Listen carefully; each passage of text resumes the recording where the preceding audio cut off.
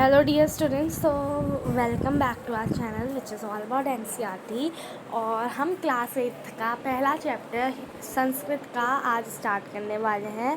संस्कृत का पहला चैप्टर है क्लास 8 का सुभाषितानी। ठीक है, क्या है? सुभाषितानी है। अब देखो डियर स्टूडेंट्स, जो सुभाषितानी शब्द है यह आपने अपने क्लास 7 के संस्कृत में भी पढ़ा है कि नहीं पढ़ा है? आप सभी ने पढ़ा होगा। ठीक है, सुभाषितानी शब्द आपका शु प्लस भाषित इन दोनों शब्दों के मेल से संपन्न होता है। शु मतलब अच्छे विचार या अच्छे वचन, या आपके चैप्टर की मीनिंग हो जाती है। अगर आप अपना बुक लेके बैठे हैं तो मैं ये चाहूँगी सब बच्चों से कि वो हिंदी अपनी बुक में पेंसिल से अच्छे वचन या अच्छे शब्द के साथ विचार जोड़ के लिख दें, ताकि उनके एग्ज़ाम में आसानी हो जब वो पढ़ें। ठीक है, अब देखो, शु का अर्थ होता है सुंदर, मधुर, तथा भाषित का अर्थ होता है वचन। ठीक है, सुंदर वचन या अच्छे वचन आप कोई भी इस्तेमाल कर सकते हैं। ठीक है, इस तरह सुभाषित का अर्थ हो गया सुंदर मधुर वचन। प्रस्तुत पाठ में सूक्ति मजारी, नीति शक्तम, मनुस्मृति और शिशुपालवधम पंचतंत्रम से रोचक और विचार परक श्लोकों को संग्रहित किया है। यानी कि आपके सारे ही श्लोकों में ये सब चीज़ें आपको मिलेंगी। ठीक है, पहला श्लोक देखते हैं फटाफट।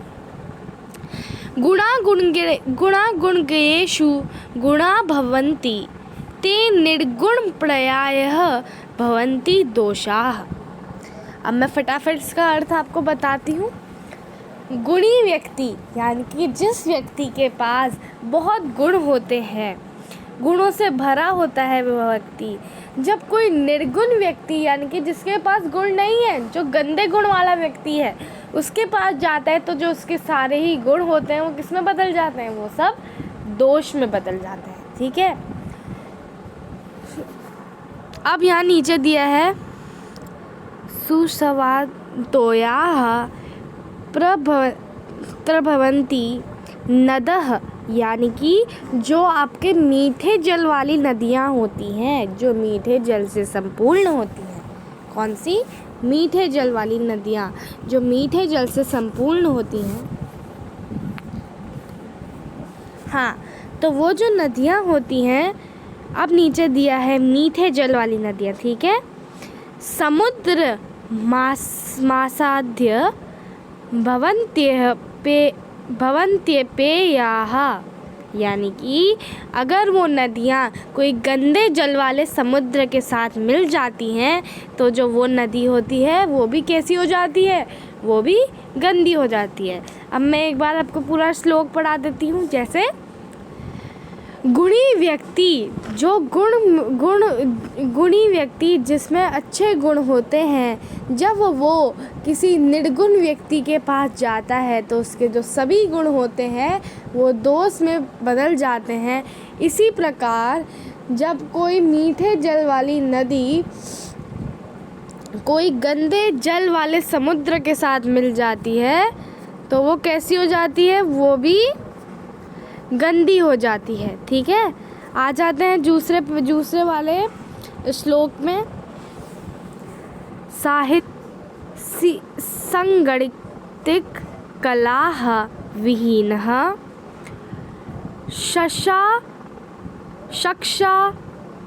शक्षात् पशुः पुच्छ विषाणहीनः। अब मैं आपको इसका अर्थ बताती हूँ। साहित्य यानी कि जिसमें आपका कोई साहित्य, कोई ज्ञान, कोई संगीत ना हो, कोई कला ना हो। कला विहीन जो व्यक्ति होता है आपका, वो पूंछ के बिना वाला और सींग के बिना वाला क्या होता है? साक्षात पशु होता है। तृणम ना खाद्रनपि जीवमानः, यानी कि वो घास ना खाकर भी जीवित है। तद भागदेयम परम पशूनाम, और ये पशुओं के लिए क्या है, सौभाग्य की बात है।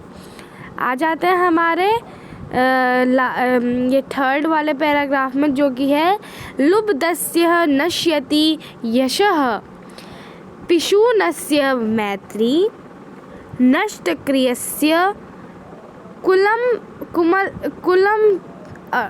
कुलमर्थ परस्य धर्मः विद्याफलं व्यसनिनः कृपणस्य सौख्यं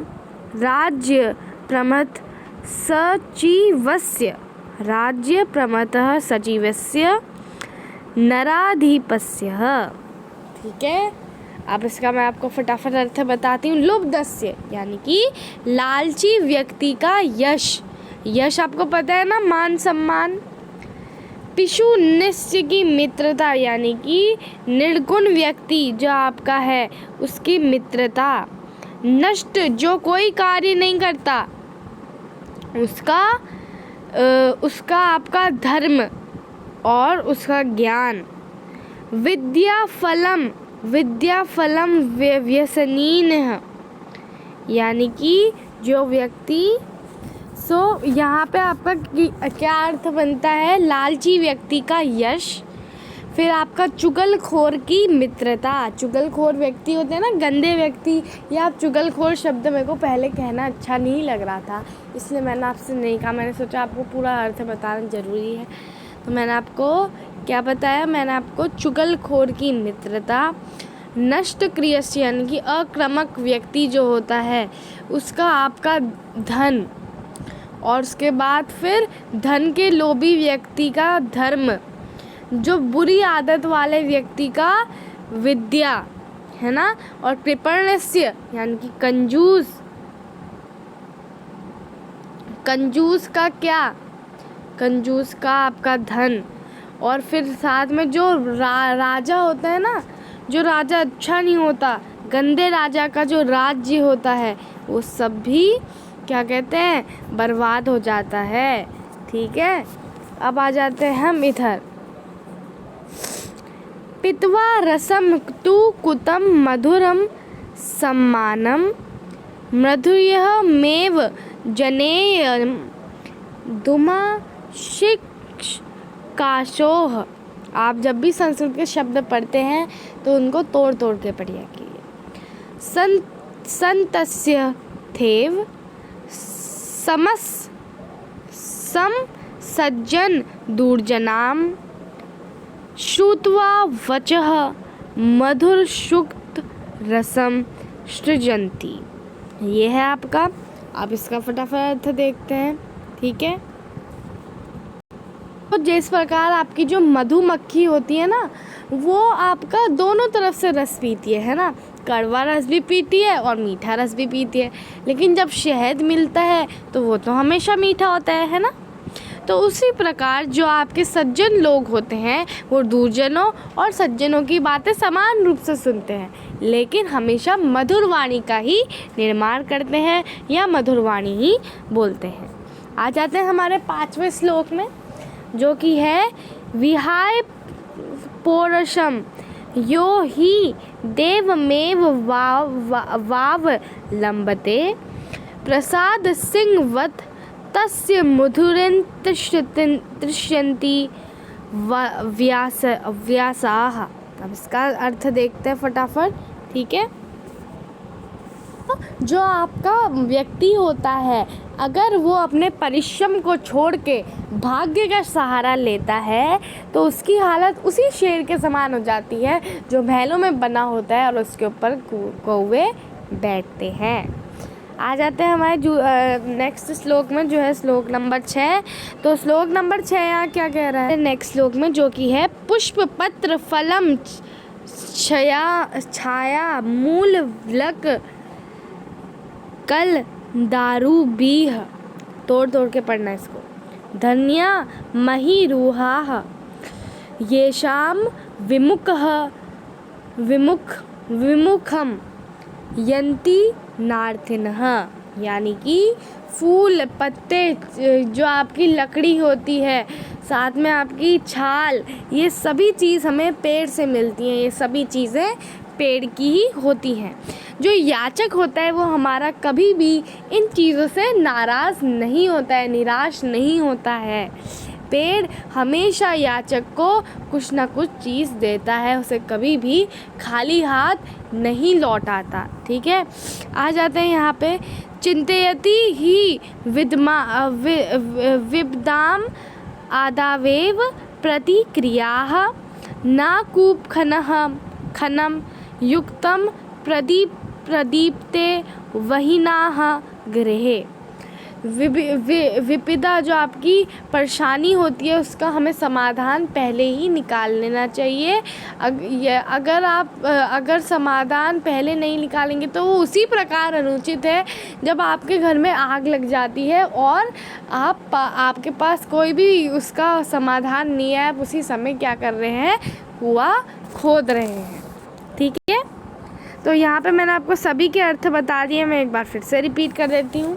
पहले श्लोक का अर्थ ये है कि जो आपका गुणी व्यक्ति होता है, जो गुण से भरा होता है, जब वो किसी निर्गुण व्यक्ति के पास जाता है तो क्या होता है, उसके जो गुण होते हैं वो दोष में बदल जाते हैं।